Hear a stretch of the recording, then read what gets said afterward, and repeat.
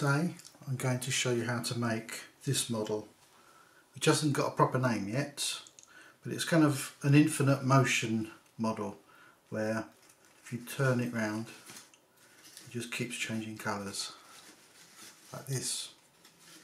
There are quite a few models like this already in existence, like Yamaguchi's fireworks for instance, but there's a difference with this model is that, as you can see, I'm moving it with one hand. It's a very light motion to keep it moving, and also it's extremely simple. The basic module is about as easy as you can get. So this model was folded with 64 squares of 5cm paper. I'm going to demonstrate with 10cm paper. Again, I've got 64 squares of paper here that I'm going to fold with. You don't have to use 64. It starts to connect when you've got effectively 40 units is kind of the minimum. This is using paper that's white on one side, and as you can see this is also quite effective. But for this model I'm going to use 10cm paper, 64 sheets, and you're going to see how easy the units are. Right, I'm going to start off with one sheet of paper and I'm going to fold it in half diagonally.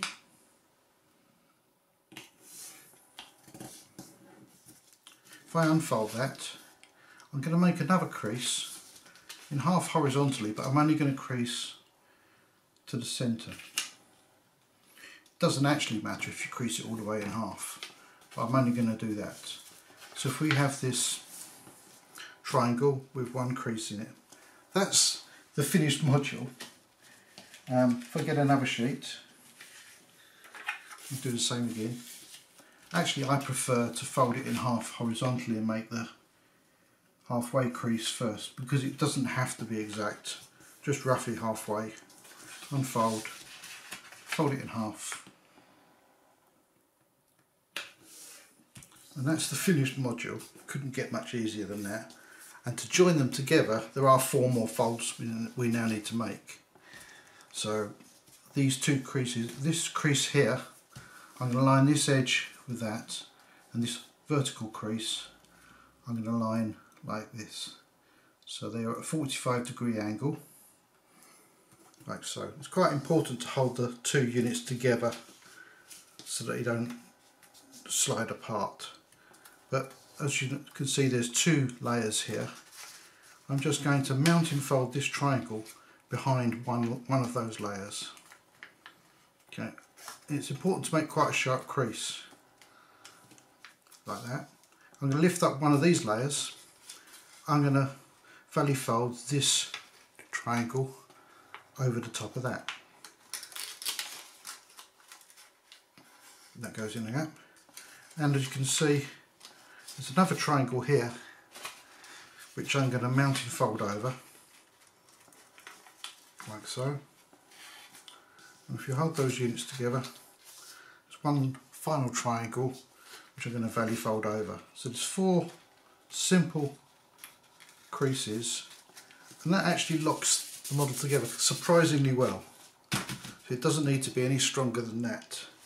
So let's do our next colour. We'll do one more of these. So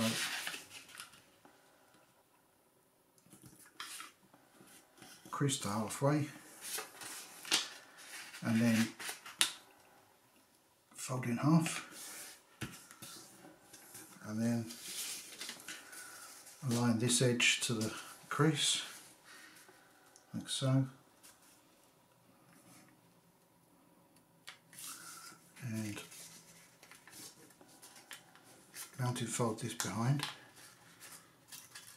sharp crease, separate these 2 layers, valley fold that up, sharp crease, mounting fold behind, sharp crease, and valley fold that to the front. Okay. And we can just keep going with all 64 units, and we just join the last two together, which we'll see in a little while.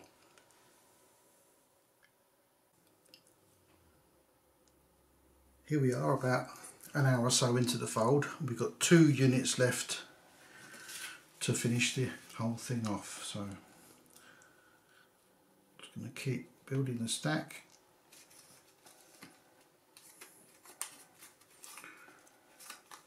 Mounting fold, lift the layer, and fold.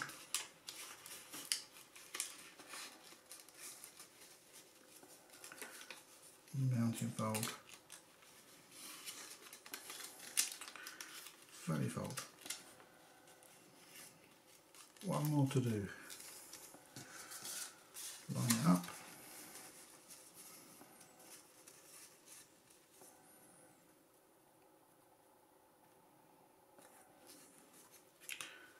Mounted fold behind.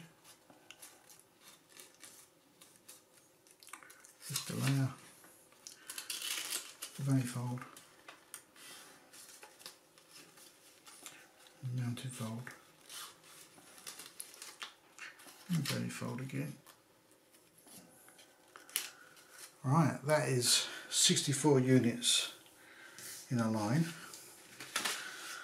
So now we're going to have to join the last 2 units together. And it's exactly the same principle. A lot harder to see. Let's line up the last 2 units. That's about right. And the mounting fold that behind. Lift the layer. Valley fold that.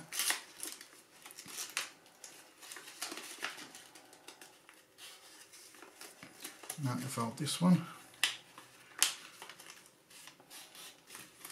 And valley fold the final one.